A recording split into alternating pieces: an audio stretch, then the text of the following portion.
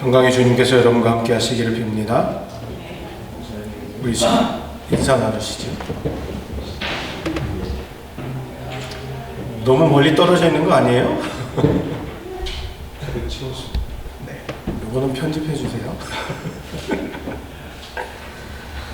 우리도 어김없이 추수감사절이 되었습니다. 그래서 해마다 오는 절기다 이렇게 생각하면 별 감흥이 없을 텐데 우리 윤사모님 기도해 준 내용처럼 정말로 감사, 정말 기쁨이 있는 그런 귀한 절기가 되기를 바랍니다. 근데 어느 지역이든지 어느 곳에 있든지 간에 어떤 이름을 가지고 있든지 이 추수하고 거기에 대한 감사를 드리는 이 문화는 전 세계 어디나 다 있는 것 같아요. 제가 예전에 어렸을 때 읽었던 그 토마스 해리슨이라는 분이 인류학자인데 그분이 적은 그 음식 문화의 수수께끼 뭐 이런 거 책을 보면 거기에 그런 내용들이 많이 나타나 있어요. 어느 민족을 가든 어느 섬 마을에 가도 꼭 무엇인가 얻었으면 그거를 감사, 조상에게 하든 뭐 자연에게 감사를 하든 하나님께 감사를 하든 그 감사하는 그 문화가 세계 곳곳에 다 퍼져 있다는 걸 우리는 잘 알고 있습니다. 이런 추수감사에 대한 그 추수에 대한 감사를 우리 인류가 우리 인간들이 가지고 있는 이유가 도대체 뭘까? 제가 생각하기에는 아마 하나님 우리를 만드셨을 때에 그 감사하는 마음을 우리 몸속에 이렇게 심어놓지는 않았는가. 그래서 여러분 창세기에 보면 제일 먼저 하나님 앞에 예물을 드리고 감사했던 두 사람이 있었죠. 가인과 아벨. 그 처음부터 인류를 지었을 때부터 아마 그런 게 우리 몸에 있었던 것 같아요. 그래서 하나님에 대한 감사, 또 주신 것에 대한 감사를 드리는 그런 문화가 우리 인간에게 녹아져 있는 것 같습니다. 그 대표적인 예가 오늘 말씀에 있는 구약에 있는 말씀 가운데서도 나타나고 있는데요. 성경에서는 어김없이 이 하나님께 감사해야 된다라고 하는 것을 법으로 정해 놓았습니다. 그래서 성경에는 감사절이라는 규례가 선포되었고 하나님을 믿는 사람들은 그 말씀에 따라서 때마다 하나님께 감사하게끔 감사절을 지키게끔 그렇게 정해 놓아 주었습니다. 그래서 우리 믿는 사람들도 똑같이 감사의 절기가 되면 하나님 앞에 감사를 드리는 게 마땅한 줄 알고 그렇게 행하는 거죠. 하나님의 은혜 가운데 이집트를 탈출하게 된 이 모세는 그리고 이스라엘 백성들은 하나님의 말씀을 받아서 율법을 삼았습니다. 여러분 이것을 잘 기억해야 됩니다. 하나님의 말씀을 듣고 그 말씀을 받아서 그 말씀을 가지고 법을 만들어서 그 말씀대로 행하기로 했습니다. 그 율법 안에는요, 추수 때마다 지켜야 되는 감사절에 대한 율법, 감사절에 대한 규례가 있습니다. 초실절, 맥추절이라고 불리는 칠칠절, 그리고 수장절, 이 3대 절기가 전부 다 추수와 관계되어 있습니다. 그런데 이 세 가지 절기는 물론 구원 사건과도 밀접하게 관련되어 있죠.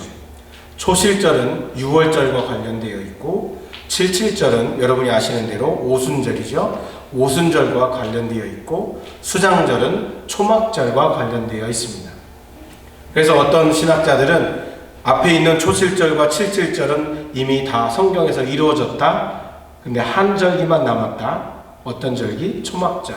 다시 말하면 수장절. 다 거둬들인 다음에 감사하는데 예수님이 다시 오실 때가 그때다. 이렇게 보는 신학자들도 있습니다.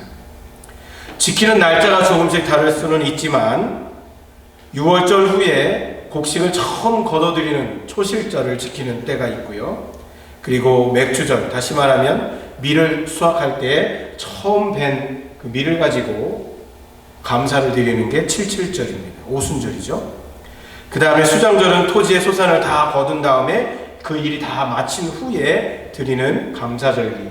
그래서 요즘에 우리가 말하는 땡스기빙, 추수감사주일은 아마 이 수장절 것에 더 가깝지 않을까 생각이 듭니다. 그래, 이 모든 것들은 다 레위기서에 이렇게 지켜라 라고 나와 있습니다.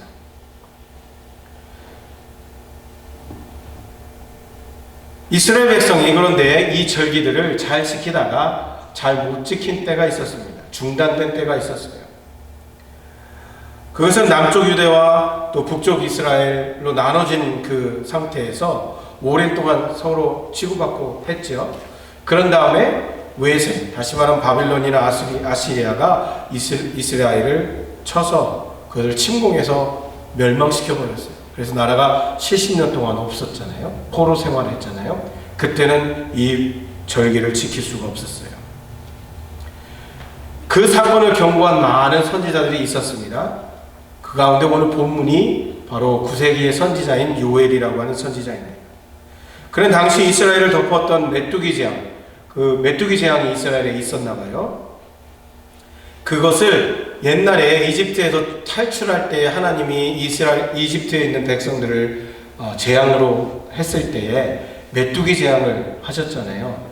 바로 그 재앙을 연상시켜서 이스라엘이 하나님 앞에 뭔가 잘못했구나. 그래서 이 메뚜기 재앙이 그때처럼 지금 이스라엘 온 땅에 퍼지는구나. 그래서 회개하고 돌아오라 하는 메시지를 전한 것입니다. 구원받아서 하나님의 백성이 되어야 할 이스라엘이 과거에 이집트가 하나님을 무시하고 하나님을 경시하고 하나님을 따르지 않았던 것처럼 그런 배도의 길어서 하나님을 배신한 그런 모습이었다고 요엘이 말하고 있는 거죠. 하나님을 떠난 삶이었어요. 이것은 하나님의 심판의 대상이 된 것을 분명하게 증거하고 있는 것이라고 요엘은 봤습니다. 메뚜기 사건. 그래서 팥중이가 먹던 것을 메뚜기가 먹고 그 남은 것을 느치가 먹고 그리고 그 느치가 먹고 남은 것을 황충이 먹어서 이스라엘 땅이 완전히 황폐화되었다고 요엘서 1장에 말씀하고 있는 거예요.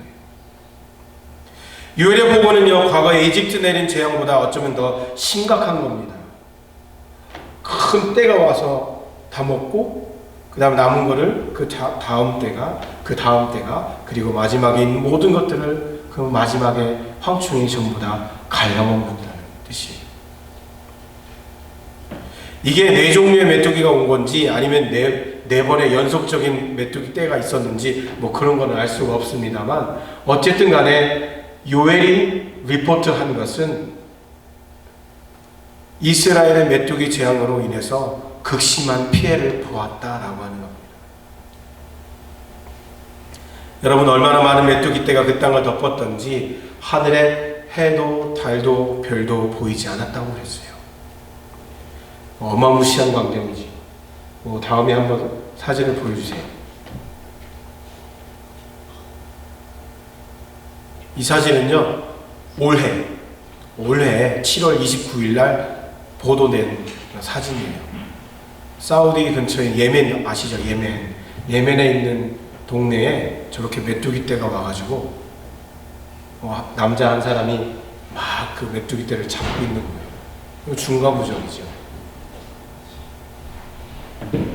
저게 지금도 일어나고 있는 사건이에요. 저 기사의 제목이 뭐냐면 출애굽의 대재앙 라고 물음표를 딱 찍은 거예요.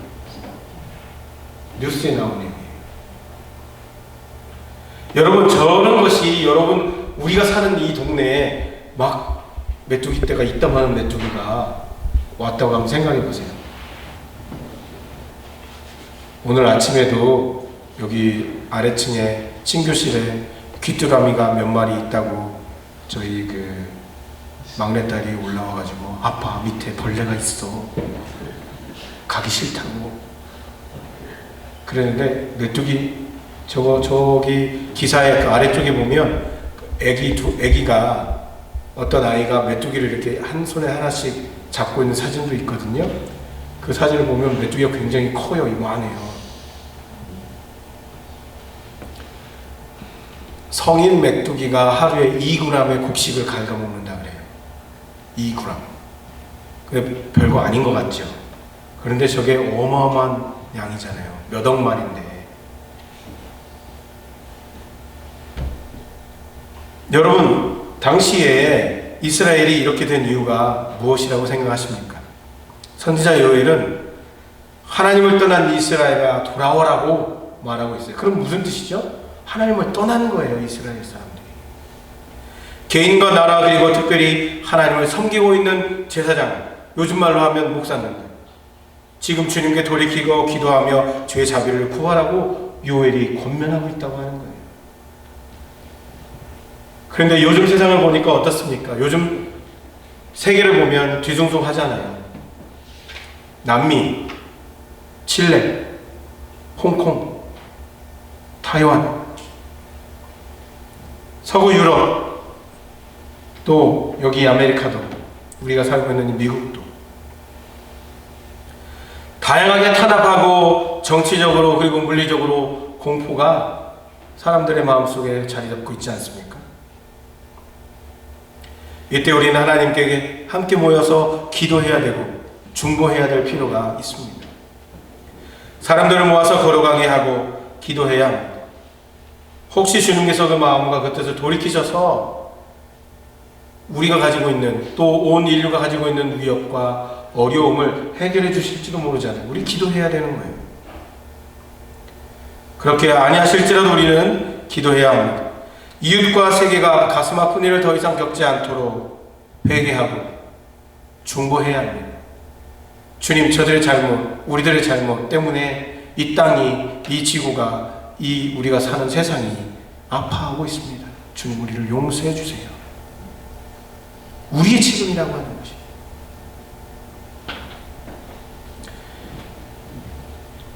이제 여러분의 메시지가 들리지 않습니까? 너희의 주 하나님께로 돌아오라고 하는 하나님의 음성이 들리지 않습니까? 주님께로 돌아오십시오. 그럼에도 불구하고 오늘 말씀을 통해서 보면 하나님의 사랑을, 세상을 향한 하나님의 사랑을 저는 볼 수가 있었습니다. 하나님께서는 친히 말씀과 그 손으로 지으신 이 세상을 사랑하신다고 하셨습니다. 선지자 요엘의 말을 빌리자면 여호와께서 자기의 땅을 극진히 사랑하시기 때문에 우리를 불쌍히 여길 것이다. 여기에 우리의 희망이 있다고 하는 것입니다.